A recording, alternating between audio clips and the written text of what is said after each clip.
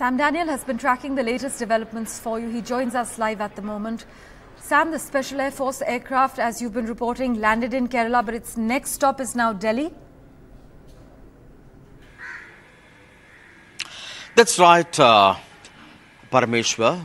The flight has brought mortal remains of a total of 45 Indians killed in that terrible Kuwait fire tragedy.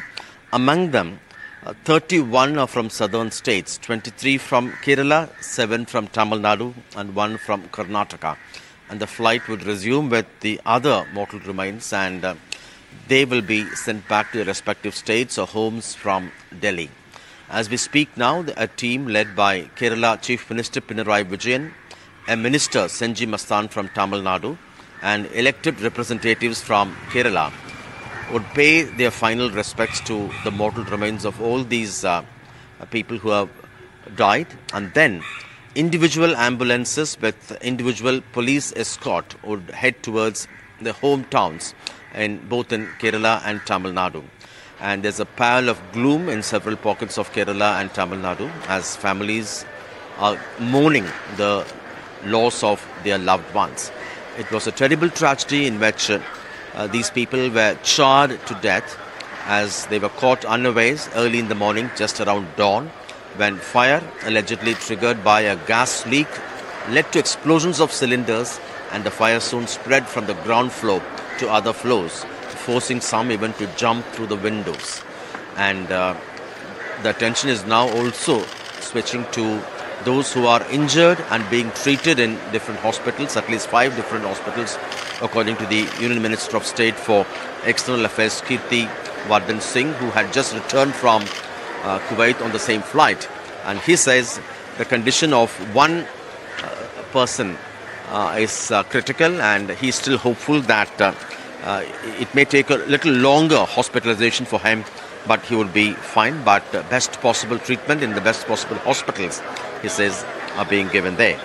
And the Prime Minister has given a relief of 2 lakh rupees. Both the governments of Kerala and Tamil Nadu have announced a relief of 5 lakh rupees.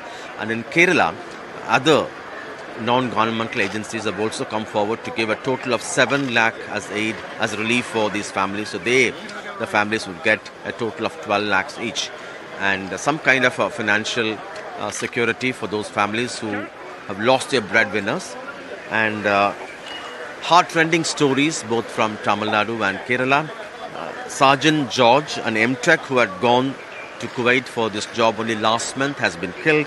Lucas, who has been there for 18 years, has been killed, and he leaves behind his wife and 2 children. Samir, who got married just 9 months ago, was planning to return to join his wife. He again was killed in this. A driver from Chennai's Royapuram again was killed in that. So heartrending scenes, and this yet again reminds the unsafe conditions in which workers from India live in Middle East countries. And this particular accommodation is owned by NBTC, a construction company in Kuwait, which is co-owned by an Indian who has roots in Kerala.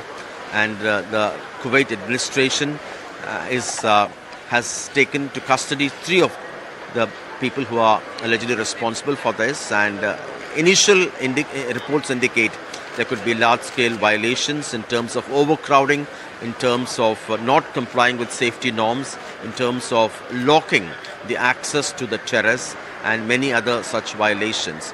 And it has come as a huge embarrassment for Kuwait. And many hope, at least now, the Indian government, leveraging its good ties with Kuwait, would make sure that employers and recruiters who take people from India would ensure that they comply with the norms, so that in future tragedies like this could be averted. There is also another complaint by the Kerala government that the central government did not allow the Kerala Health Minister Veena to quickly fly to Kuwait to coordinate rescue work, to coordinate repatriation of the mortal remains of those who died, and also to help those who are being treated there. And in a tacit message, the Chief Minister of Kerala, Pinarayi Vijayan, has said it's time the centre, the state, should work in tandem, having in mind the need to help the families of the bereaved at this point in time. And there's no response yet from the union government. Why, during a crisis like this, involving many Keralites who work in the Gulf region, particularly in the place of this particular tragedy. But in the past, the central government had argued when there was a crisis involving medicos studying in Russia and Ukraine a couple of years ago, the central government had denied permission for a couple of ministers from Tamil Nadu then to fly to those countries to expedite relief. At that time, it had argued it's a responsibility of the central government to interact, coordinate with other countries and to have ministers from different states during a crisis like that will not really work. Whether is there politics or is that how internationally things work, that's something we'll have to wait and watch. But as we speak now, emotional moments at the Cochin International Airport, where the special Indian flight carrying the mortal remains of 45 Indians killed in that terrible fire accident has just arrived. And after the leaders and elected members pay their last respects, ambulances carrying the mortal remains would head towards their homes, both in Kerala and Tamil Nadu. The bodies have been identified, and now there would be no more further delay, either for investigation or either for medical forensic examination. That's what authorities say. It's just a matter of a short while from now, after which the ambulances would head to different hometowns of these workers who were killed with individual police escort. I just spoke to the Minister Senji Mastan, who is from Tamil Nadu, and his team says they have kept ambulances ready.